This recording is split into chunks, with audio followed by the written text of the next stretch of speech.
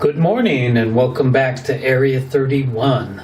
Today we find ourselves down in Panama, near the city of Boquete, Panama.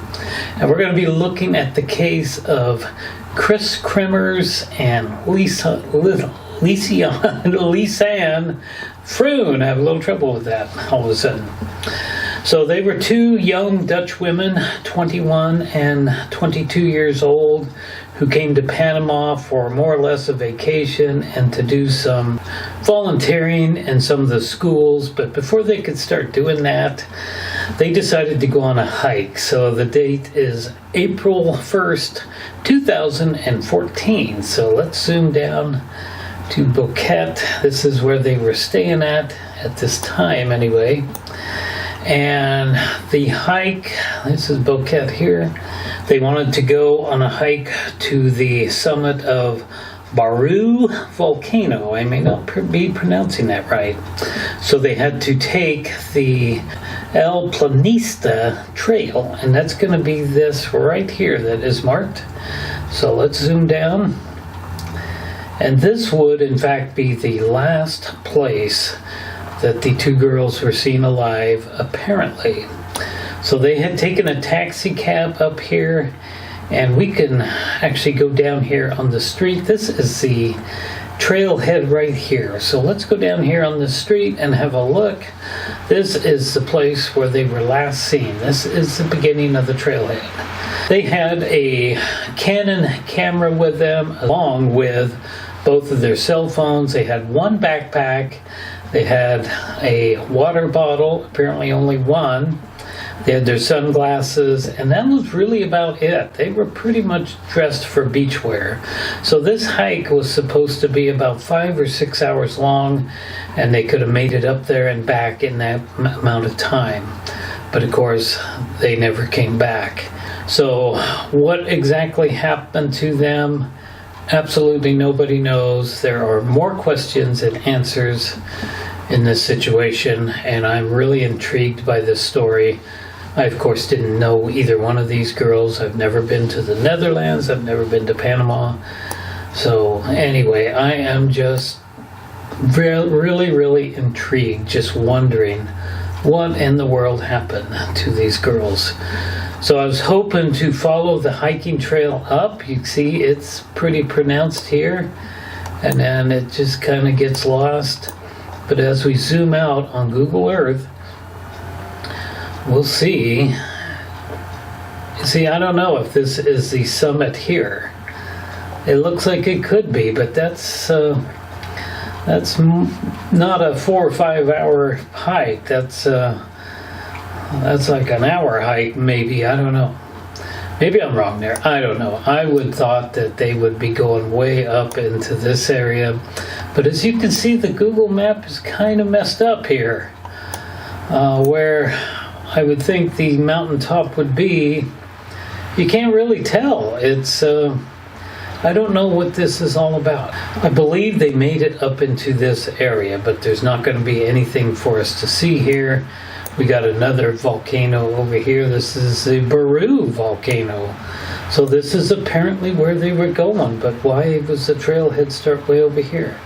I don't know where it goes, but that could be a 4 to 5 or 5 to 6 hour hike for sure. So anyway, from what I understand is they started at about 11:30. They were dropped off at the trailhead by a taxi cab, and that would have been the last person to see them. They did take a number of photos, what appear to be in this trailhead area here. You can find them online pretty easily. There's a lot of stuff about this case out there. Lots and lots of stuff. And this photo, of course, is supposed to be taken at the summit, but there's mountains behind there, so I don't really know, honestly. But so what happened is, and they started about 11:30 in the morning, and by about 5:36, they made their first phone call to 911, the emergency number down in Panama. I think it's 112 or something like that, but the equivalent of 911 here. In the afternoon, they had made their first attempt. So let's have a look at Kremers and Lisanne Froon Wiki page.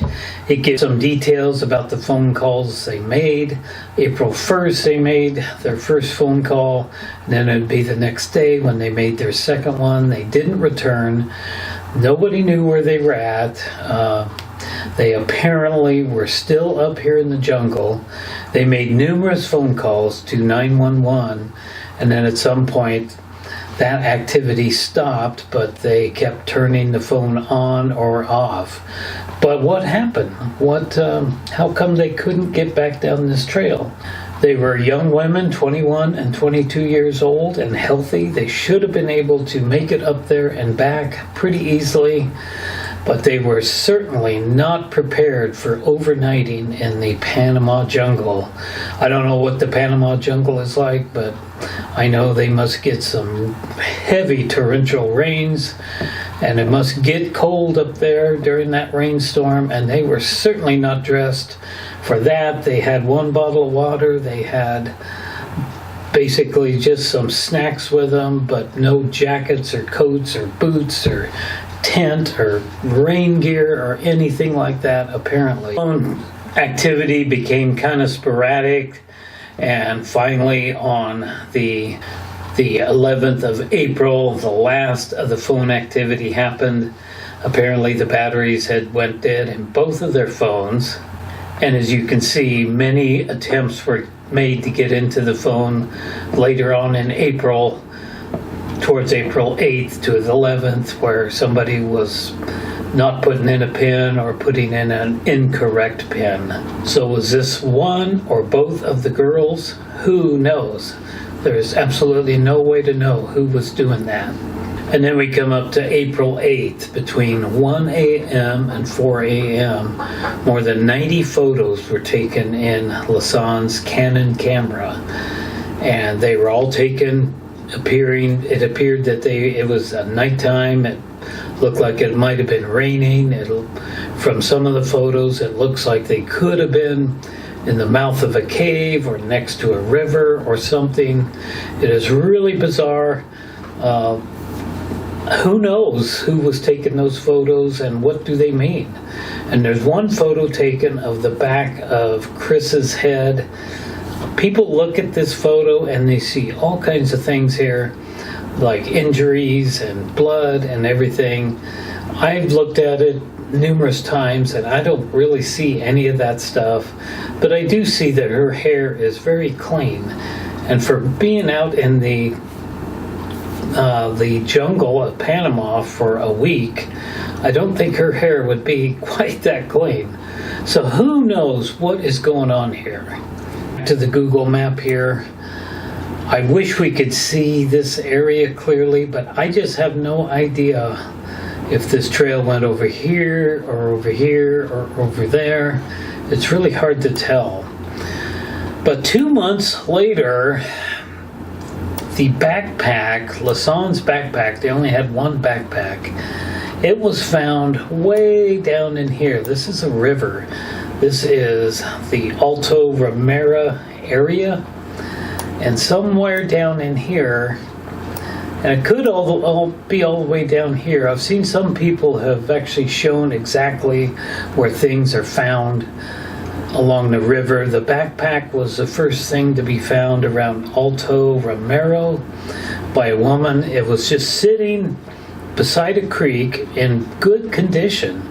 And that's 2 months of this thing being out here. It should have been soaking wet and all thrashed and everything, but it looked like it had been stored inside the trunk of your car or something. And inside the backpack were both of the girls' phones, both their sunglasses, a bottle of water, their bras, and I think that was it. And the camera, of course. So before this backpack was found and looked at by the authorities, they had no idea that for 11 days they had been making phone calls and activity on the phone somewhere up in here by either one or both of those girls or somebody else. Who knows what happened? So they started searching again. There was an extensive search for the first 2 weeks. They were searching everywhere, including both the girls' parents had come from the Netherlands to join in the search. If they were alive and running around up in this area, however big it was, why couldn't they have been found? It really doesn't make any sense. They should have been found. And what was the purpose of the photos being taken on April 8th between 1 and 4 a.m.? The flash obviously was working on the camera, and maybe they were trying to use the flash to signal somebody something, or they were trying to use it as a light. I don't know. Who knows? Nobody. But they do know that they started searching this area down in here. I believe the backpack was down in here, but I could be totally wrong. It could be up here. They did find remains of both the girls somewhere in this area. Lisanne's hiking boot was found with her foot and ankle still in it. They found Kris's denim shorts that she was wearing in the picture somewhere and along this river. This is quite a stretch. This is quite a long ways away from where they were going to go, just on this little day hike. So what happened? There's several theories, and I'll just entertain the two most common. They got going on the hike somewhere up in this area, and at 5 or 5:30 in the afternoon, they made an attempt to get to call 911. The phones show the records of that, but they didn't get through. And so something had happened. They could have been lost, but I think it's possible that one of the girls had gotten hurt, maybe fallen off a cliff or something, and was injured badly. And because of that, the other girl, they're young women, not experienced in this kind of stuff, probably panicked and went the wrong way, or who knows, was trying to drag the other girl's body along. But all that stuff was found down in this area 2 months later. So could they have been the victims of foul play? Absolutely. It is Panama this is a pretty well used hiking trail. Apparently it's used by the people that live in this area down here to go to Boquete. And who knows anything here. So I am just really intrigued by this story, and it's really fascinating, and I wonder all the time, what happened. Was one of them left alone up there for 10 days, 11 days, and then who knows what happened? I hope not. I want to know so much more about this whole situation, but yet maybe I don't want to know, because it would have been horrible for one of those girls to have to be up there lost in the jungle all by themselves, no food, no water, and so forth and so on. So anyway, that's going to be all I can show you on Google Earth here. I encourage you to go look, search this out online if you're interested. There are zillions of pictures.